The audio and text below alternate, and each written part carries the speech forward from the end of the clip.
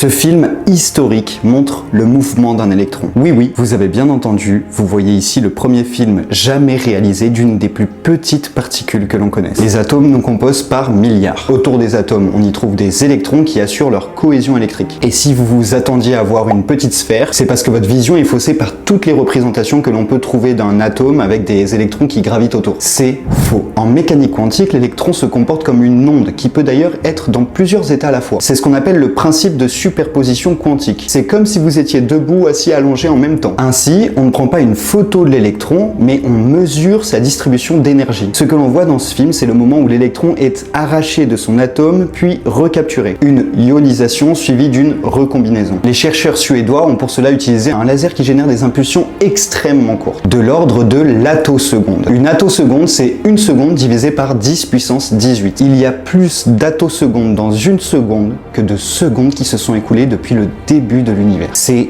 complètement fou. Et si vous aimez ce genre de vidéo, abonnez-vous, j'en ai d'autres qui arrivent.